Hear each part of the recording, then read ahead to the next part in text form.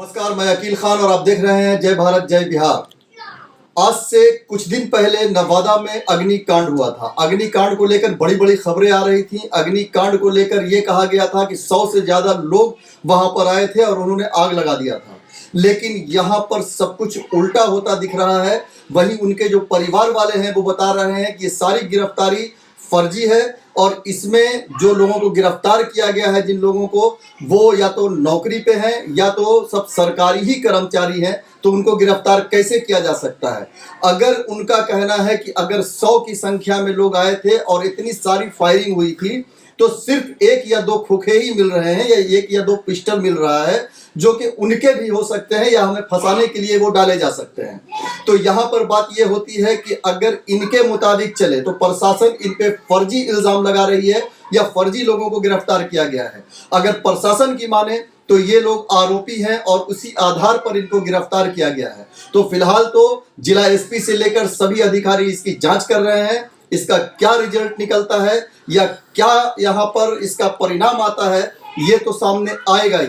लेकिन फिलहाल मामला ये फंसा हुआ है कि जो उनके परिवार वाले जो हैं, उनके जो परिजन हैं, वो गुहार लगा रहे हैं कि हमारे परिवारों को फर्जी तरीके से गिरफ्तार किया गया है, जो कि कानून उनके ऊपर जबरदस्ती एक इल्जाम लगा रही है और जबरदस्ती इन्हें कर रही है कि आप लोग आरोपी हैं। तो आइए आपको लिए चलते हैं नवादा, जहां पर ये सारी कच्चे चिट्ठे खोले जा रहे हैं और प्रशासन पे फर्जी इल्जाम लगाया जा रहा है कि फर्जी है ये और फर्जी गिरफ्तारी है। तो आइए आपको लिए चलते हैं नवादा, जहां पर ये सारा का सारा चिट्ठा खोला जा रहा है। जहाँ तक जलने की बात है और एफआईआर की मैं बात करता हूँ, और एफआईआर के अनुसार ही हम लोग वहाँ भी पूछताछ किए हैं।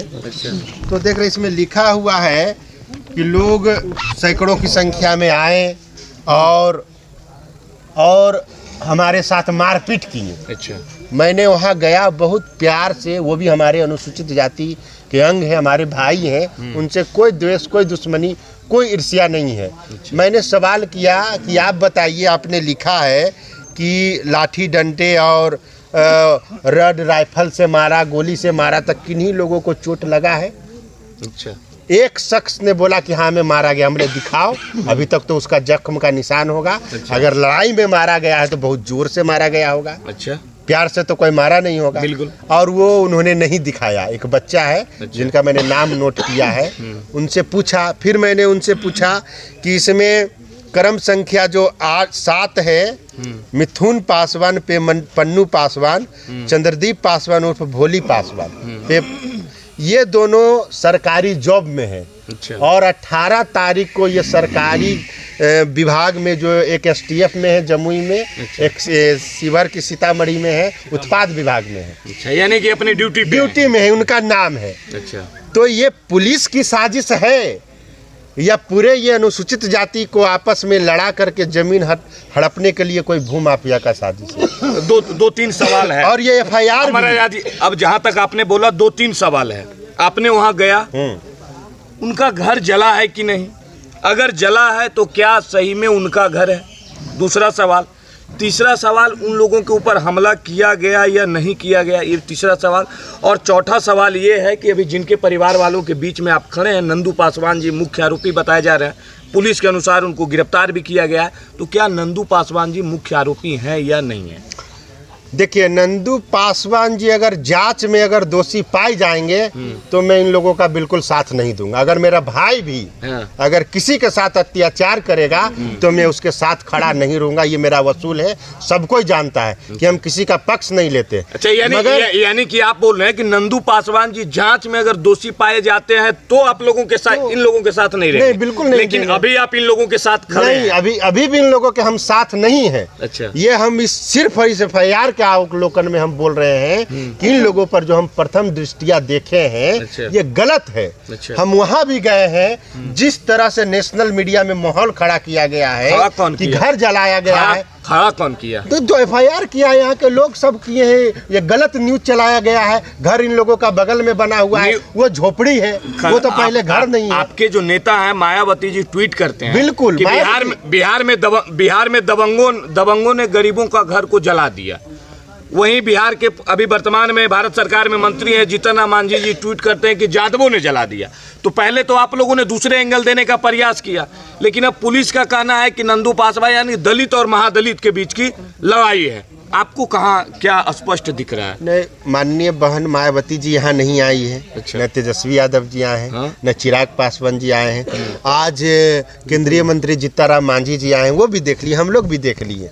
हम लोग देख लेते हैं कि कैसे अगर बताइए किसी पर फायरिंग हुआ होता, किसी को लाठी डंडे से मारा जाता, जिस तरह से लोग कह रहा कि सैकड़ों फायरिंग हुआ है, तो उसका खोखा कहाँ है? 2 खोखा पुलिस बरामद की। 2 खोखा है तो 2 खोखा कोई भी रख सकता है, कोई भी वहाँ पर रख करके फंसा सकता है। यानी कि फंसाने का उद्देश्य बिल्कुल ये फंसाने के लिए और इसमें प्रशासन की हड़बड़ी को दर्शाया गया है कि नंदू पासवान के परिवार को पूरा फंसा दिया जाए। ये इस एफआईआर के, और ये एफआईआर भी जो है ना, मैं चैलेंज के साथ कहता हूँ, ये नवादा के एसपी डीएम को मैं चैलेंज करता हूँ कि ये आपके कंप्यूटर में ये टाइपिंग हुआ है कि नहीं। हो सकता है वो लोग अशिक्षित हैं, इसके वजह से भी हुआ। नहीं, अशिक्षित कैसे हैं?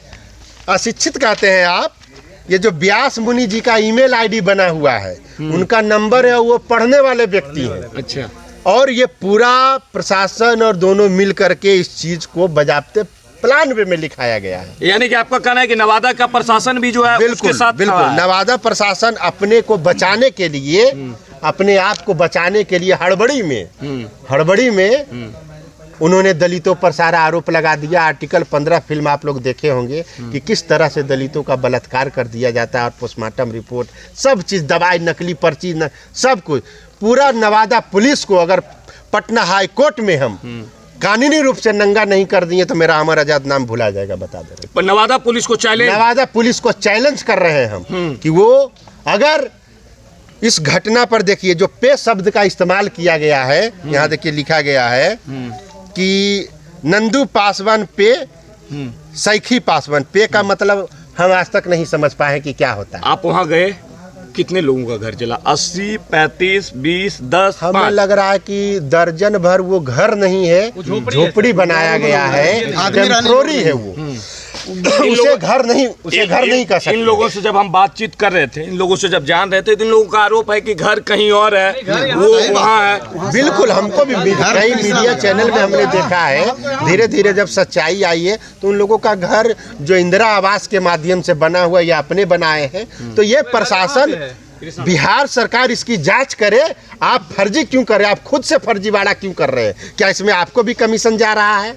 आप उसको दर्शा रहे हैं कि इसका ये घर है, इतना घर जल गया SC ST अत्याचार निवारण के तहत, आप मुआवजा दे रहे हैं, मगर उनका इंदिरा आवास घर पूरा बस्ती जो वहाँ नहीं रहे। ये कैसी मूर्खता है कि हम पक्का का मकान में नहीं रहेंगे और जहाँ पर पूरा गंदगी है वहाँ पर हम जाके रहेंगे, तिरपाल में रहेंगे, फूस में रहेंगे। अब आप आए, दोनों पक्ष को जान लिए। हाँ, पीड़ित पक्ष को और जिनके ऊपर आरोप लगा है, इनको भी आप लोगों ने जान लिया।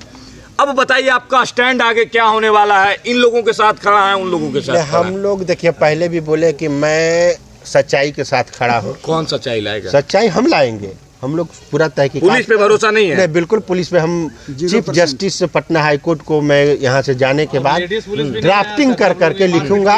और इन लोगों पर यहाँ आए हैं तो इन लोगों ने कहा कि छोटी बच्चियों के साथ मारपीट किया गया है, और इन लोगों को, जैसे ये लोग आतंकवादी है, इन लोगों को हाउस अरेस्ट करके क्यों रखा गया है भाई? इन लोगों का तो नाम नहीं, इन लोगों की आज़ादी है ना, इन लोगों की महिलाओं को आज़ादी है ना कि हम जाएं, अपना इलाज करवाएं, खाना पीना का सामान लाएं। इनके सारे पुरुष को लोगों को जेल भेज दिया गया है, तो इन लोगों को क्यों यहाँ पर हाउस अरेस्ट करके रखा गया है? ये कितना गलत है।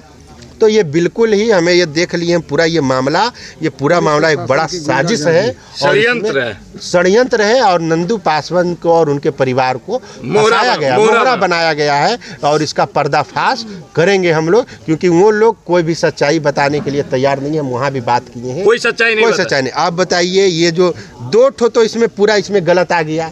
पुलिस भी बोलेगी कि इसमें ये 2 लोग ड्यूटी कर रहे थे और ये आवेदन दे दिया। बोला है कि हम आंखों से देखे हैं और पहचानते हैं कि ये लोग आए, मारपीट किए, फायरिंग